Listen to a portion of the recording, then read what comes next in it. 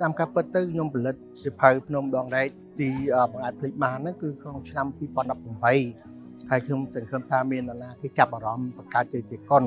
ប៉ុន្តែការសម័យរបស់ខ្ញុំវាមកជារឿងការពិតដែលក្រុមហ៊ុន LD នេះក៏បានយកទៅផលិតជារឿងកុនជាប្រវត្តិសាស្ត្រមួយសព្វកម្មភ្នំ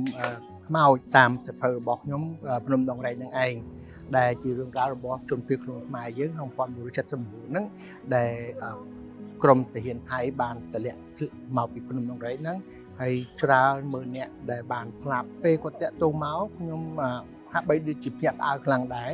ហើយក៏សប្បាយចិត្តរីករាយព្រោះខ្ញុំបានគិតពីរឿងយូរហើយតែលើកនេះក្រុមហ៊ុនគាត់ធំហើយស្តង់ដារអន្តរជាតិផងអញ្ចឹង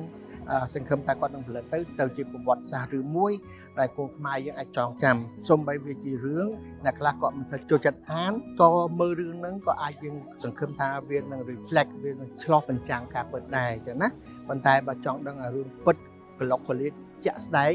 អានឹងយើងទៅមើលសៀវភៅក៏វាច្បាស់ចឹងដែរក៏ប៉ុន្តែពេលណាក្មេងជំនាន់ក្រោយទៀតគាត់ដឹងរឿងហ្នឹងគាត់ប្រហែលតែទិញសៀវភៅអានដែរតាមការពិតទៅការសៀវភៅខ្ញុំចេញដំបូងហ្នឹងមានចាប់អារម្មណ៍ច្រើនមែនតើហើយគាត់សុំថារកវិធីសាស្ត្រណាដែលខ្ញុំទិញបានកាលនោះខ្ញុំអត់ទាន់បកជាអង់គ្លេសអញ្ចឹងលក់តាម Amazon អត់កើតទេអញ្ចឹងឥឡូវនេះប្រហែលជាប្រហែលឆ្នាំមុននេះខ្ញុំបកជាអង់គ្លេសអញ្ចឹងដាក់ទៅ Amazon ប៉ុន្តែអ្នកគេទិញជាខ្មែរគេបានអានតហើយអញ្ចឹងណាហើយអ្នកផលិតវីដេអូខ្លីៗផ្សេងៗដែលគេមានបទពិសោធន៍គេផលិតចេញទូខ្លីៗច្រើនអញ្ចឹងគេដឹងរឿងច្រើនខ្ញុំសង្ឃឹមថាប្រជាពលរដ្ឋយើងអានឲ្យពេញមួយសៀវភៅហ្នឹងទៅដើម្បីដឹងប្រវត្តិសាស្ត្រពិតព្រោះកូនខ្មែរយើងអត់សូវអានដូច្នេះអត់សូវដឹងប្រវត្តិខ្លួនឯងទេដោយសារយើងមិនសូវដឹងពីប្រវត្តិខ្លួនឯងហ្នឹងហើយដែលយើងបច្ចុប្បន្ននេះតែប្រឈមបញ្ហាក្នុងប្រវត្តិសាស្ត្រ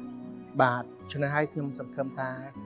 ប្រជាពលរដ្ឋយើងចាប់អារម្មណ៍ទៅលើប្រវត្តិសាស្ត្រទៅលើការអានការស្រាវជ្រាវនេះជាចំណេះដឹងមួយជាវិធីសាស្ត្រមួយដើម្បីនៅការចងចាំនៅប្រវត្តិរបស់យើងសំខាន់ណាស់នៅប្រទេសណាក៏ដោយគេតែងតែចងក្រងជាប្រវត្តិសាស្ត្រហើយបង្រៀនអានទៅឲ្យកូនចៅជំនាន់ក្រោយដើម្បីការពារទឹកដីហើយយល់ដឹងពីរបៀបទូចត់ឆ្លងកាត់ដើម្បីជៀសវាងបទកើតឡើង